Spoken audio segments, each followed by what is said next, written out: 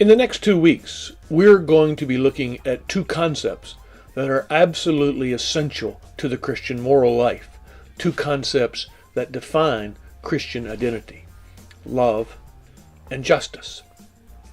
In the Gospel of Matthew, it's reported that a person approached Jesus and asked, "What is the greatest commandment in all of the Jewish law?" He replied, "You shall love the Lord your God with all your heart, with all your soul, and with all your mind. This is the greatest and first commandment. And the second is like it. You shall love your neighbor as yourself. On these two commandments hang all the law and the prophets," he said.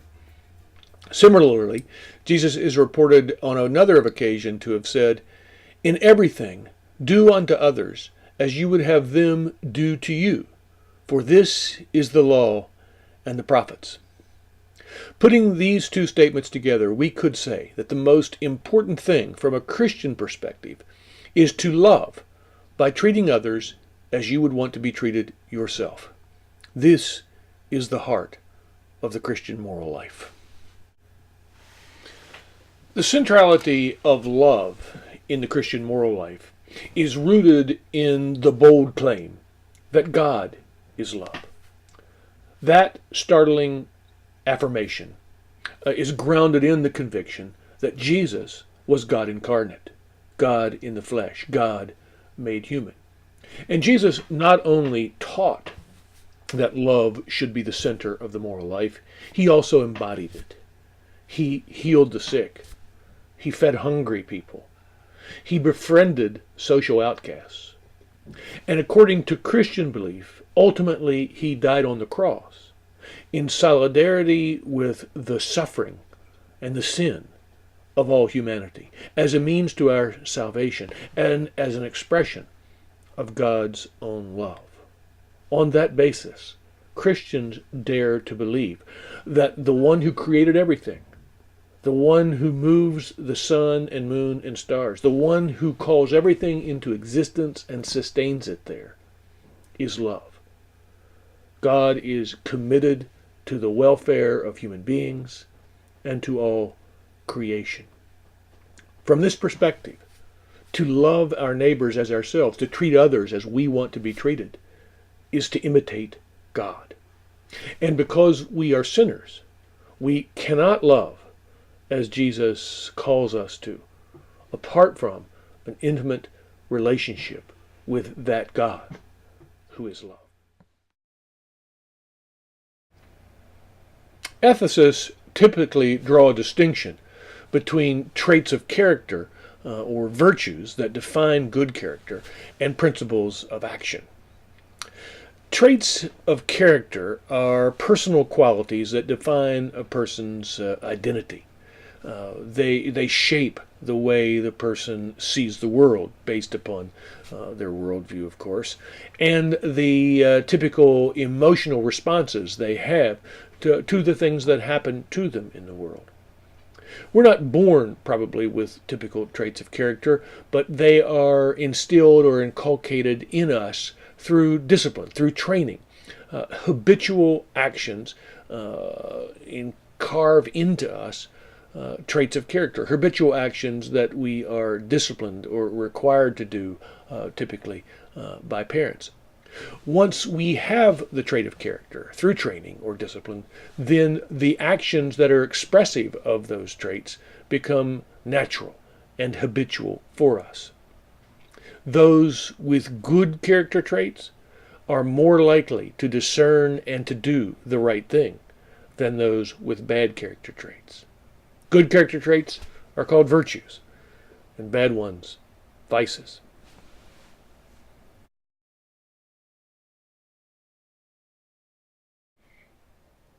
Jesus understood love as both a principle of action and a virtue. He wanted love to be among the essential traits of character that define the identity of his followers. He also obviously had some pretty clear ideas about what loving people should do. A place to begin for understanding the character of love is in Jesus' commandment or invitation to love your neighbor as yourself, and in the parable he told to illustrate that commandment, the parable of the Good Samaritan. If you're not familiar with it, it's found in Luke chapter 10, verses 25 to 37, and you can easily find it through a Google search. The Samaritan was one who responded immediately, without thought or hesitation, and with appropriate action to the need of an injured man he found along the road. How do we respond to our own needs, particularly one as urgent as the need for proper care when we are injured? We surely don't pause to consider our moral obligations, and a loving person is predisposed to respond in the same way to the urgent need of the neighbor. Now, while the parable of the Good Samaritan is a poignant and useful starting point for exploring what it means to be a loving person, it doesn't by itself capture all there is to say about what it means to be a loving person.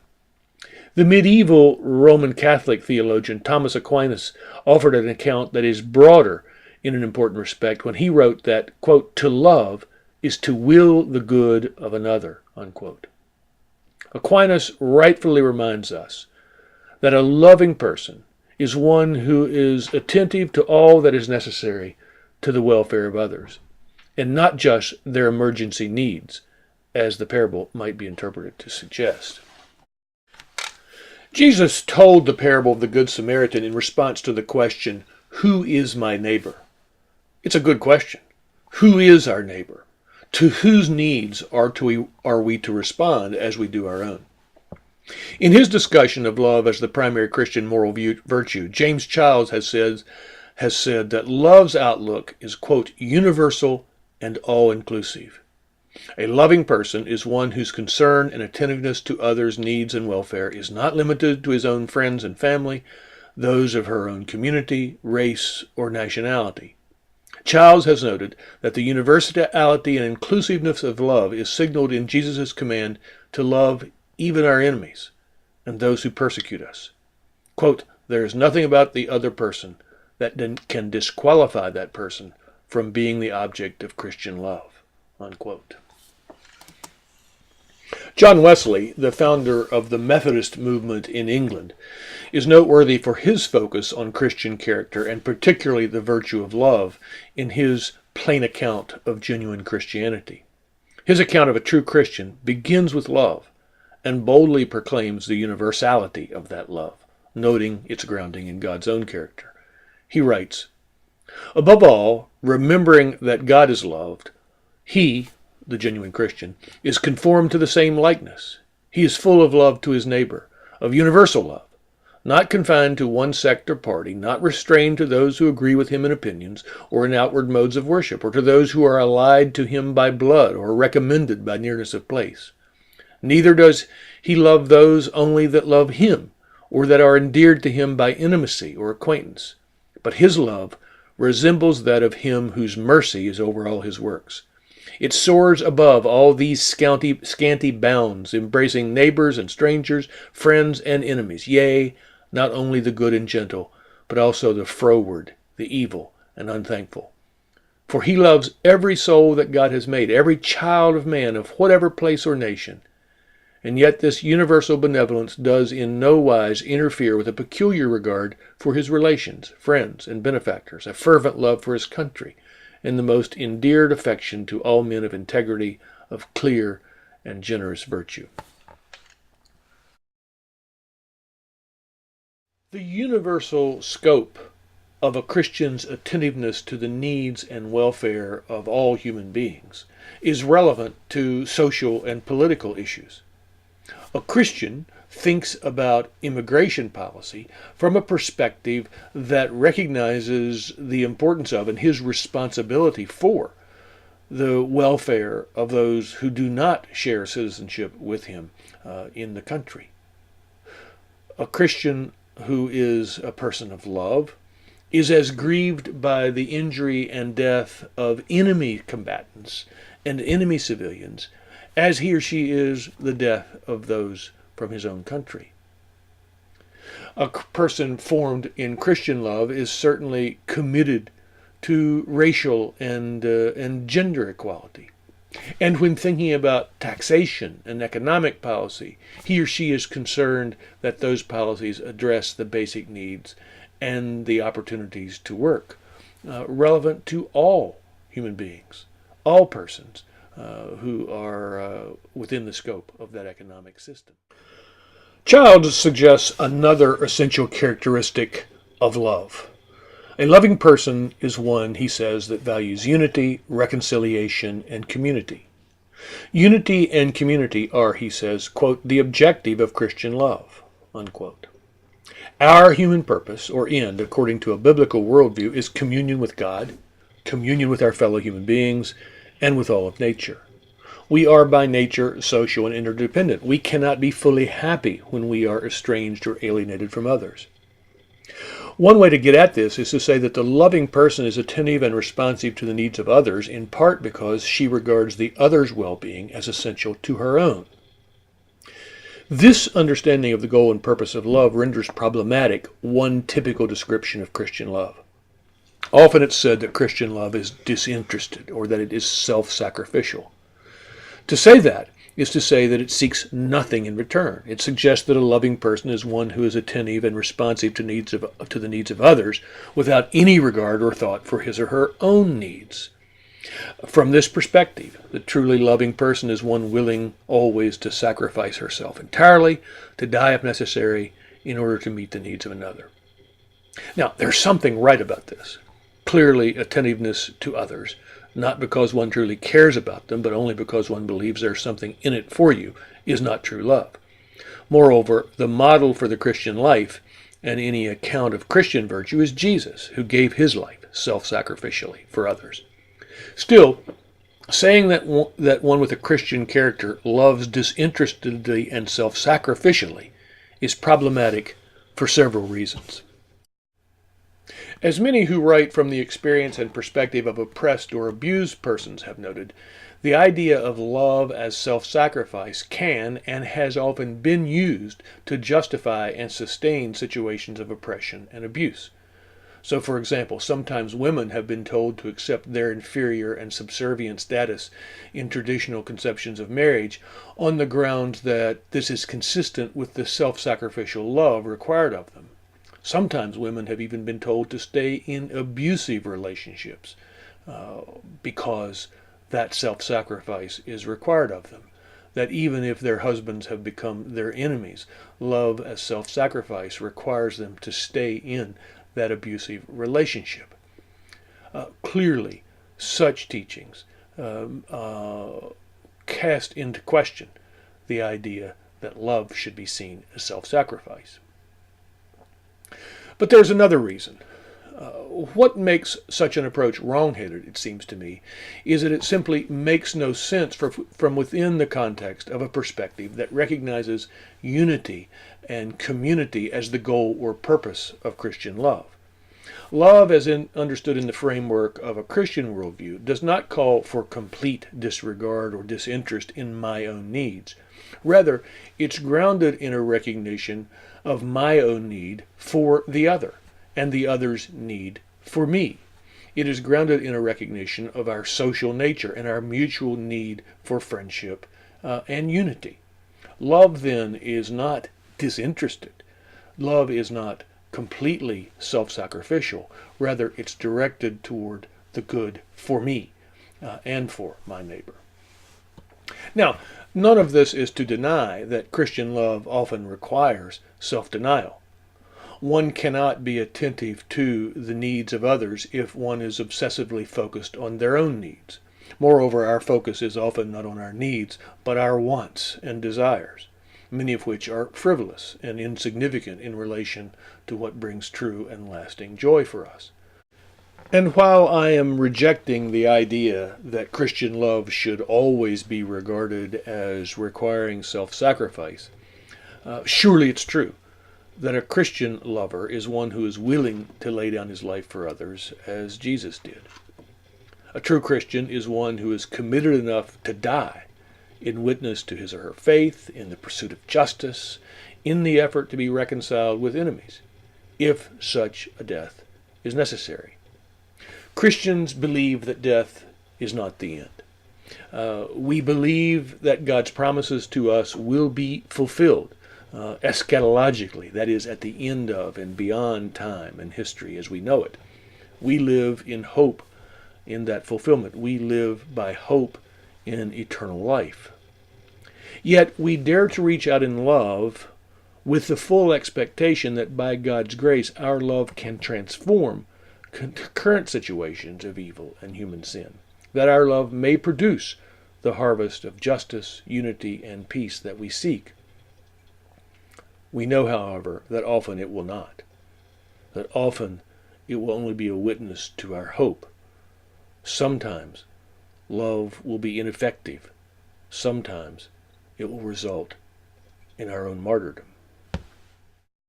While love is surely an essential characteristic of a truly Christian person, more needs to be said about Christian character. And the Bible says a great deal more about the qualities of character appropriate to a Christian life. Consider this passage from Colossians 3. As God's chosen ones, holy and beloved, clothe yourselves with compassion, kindness, humility, meekness, and patience. Bear with one another, and if anyone has a complaint against another, forgive each other. Just as the Lord has forgiven you, so you also must forgive. Above all, clothe yourselves with love, which binds everything together in perfect harmony. Another fruitful passage is Galatians 5:22 and 23, which identifies love, joy, peace, patience, kindness, generosity, faithfulness, gentleness, and self-control as fruits of the Spirit. I will conclude this brief discussion of love as a virtue with a consideration of two of the most significant virtues that should accompany it: humility and compassion. First, let's consider humility. The Beatitudes indicate that God blesses the poor in spirit and the meek. And Paul advises everyone in the Christian community at Rome not to think of yourself more highly than you ought to think. Similarly, in the letter to the Philippian church, he points to Jesus himself, quote, who, though he was in the form of God, did not regard equality with God as something to be exploited, but emptied himself, taking the form of a slave, being born in human likeness, unquote.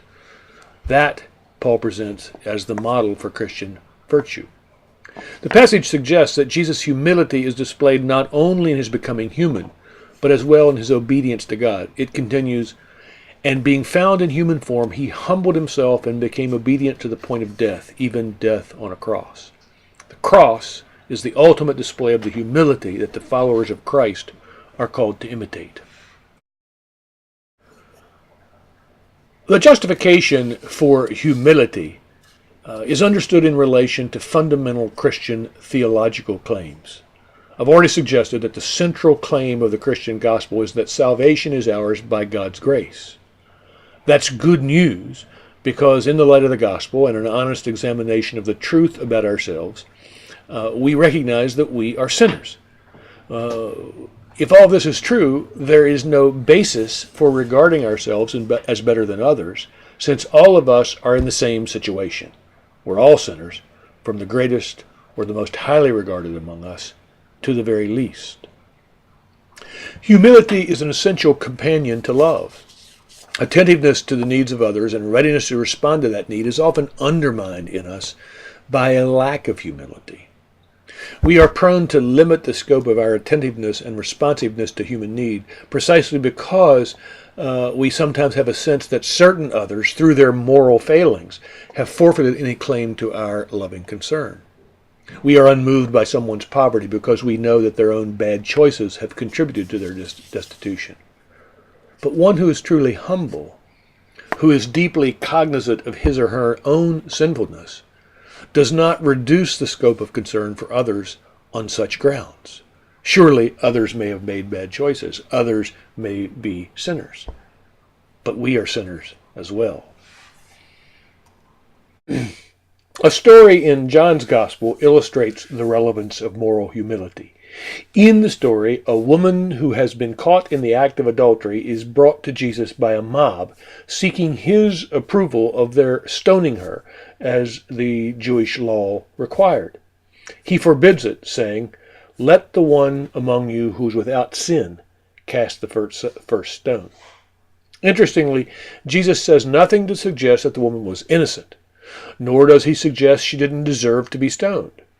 Rather, he challenged the mob's desire to stone her using a different tack entirely.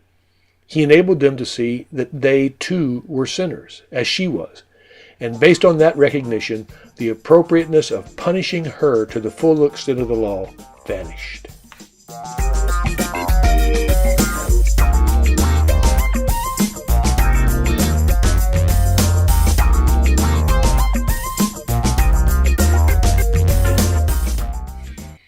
Another important personal characteristic essential to the moral life as a Christian worldview sees it is compassion.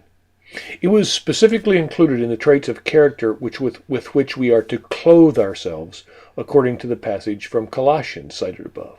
Literally, compassion means to share the deep feelings of another as one's own. Romans 12:15 captures the two-sided nature of compassion in telling its readers to, quote, rejoice with those who rejoice and weep with those who weep. As with all the virtues, their basis is not primarily to be found in a few passages that point to them, but in the underlying theological convictions that support them. Like humility, the idea that compassion is appropriate to our character has its deepest grounding, it seems to me, in the meaning that a Christian worldview gives to the cross of Jesus. According to Christian doctrine, Jesus was God in the flesh, God in human form. As God incarnate, Jesus suffered death on the cross for human sin. Through his cross and resurrection, Jesus defeats sin and evil, making our salvation possible. Jesus on the cross displays God's solidarity with us and compassion for us by taking upon himself the suffering and sorrow that is an inescapable dimension of our lives, much of it directly attributable to human sinfulness, our own and that of others. The Apostle Paul refers to the Christian community as the body of Christ. That image or metaphor suggests that Christian people are to be Jesus' representatives in the world as he was our representative on the cross. We are called to participate in and bear witness to his victory over sin, death, and suffering. That is, by our own compassion, sharing the suffering and sorrow of the world, as Jesus did, including that which is the result of human sin. James Child has pointed to an interesting implication of compassion. He writes, the ethic of Christian love is not merely a matter of doing the right thing. It has a depth that takes us beyond rulings to connect us with the human needs that are involved. Child's comment is a reminder that while it's important to bring a Christian worldview and commitments to bear on judgments about what is right and wrong in difficult situations, it's even more important for us to show compassion for those immersed in those situations. His comment is a warning about the way in which our responsibility to discern right and wrong and our tendency to make judgments of others often takes priority over and gets in the way of what may be even more important: to share the suffering and sorrow of those immersed in agonizing situations that require decisions. Child's insight has nearly limitless application. No matter how much one may reject the reasoning that led to the invasion of Iraq and its occupation or the surge that followed, that should not get in the way of our compassion for and loving care for the soldiers that have suffered the consequences of decisions that may have been wrong. Or think about a woman contemplating an abortion. No matter what one thinks about the rightness or wrongness of such a decision, that ought not get in the way of our loving concern for that woman in the midst of her agonizing decision. Poor decisions, morally wrong actions may have led to someone's poverty or homelessness or AIDS, or their going through a tragic divorce. But our judgments about those matters, even if they are right, cannot get in the way of our loving, compassionate concern for those people in the midst of those agonizing tragedies, nor our sharing of their joy of finding God's grace even in the midst of those tragedies. The bottom line is this: our judgments about conduct, even when they are right, cannot become for us an excuse for refusing to care for those who make wrong decisions and for sharing the suffering that those wrong decisions may cause.